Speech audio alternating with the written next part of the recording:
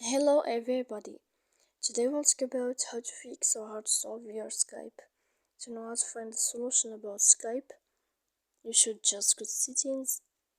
Here in this page we click apps, default apps, app settings. Then you will enter to Skype. Sorry, here, not here. We go to Skype like this.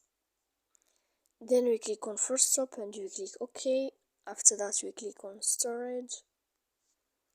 Here we click clear cache, and in the end you can turn off your phone.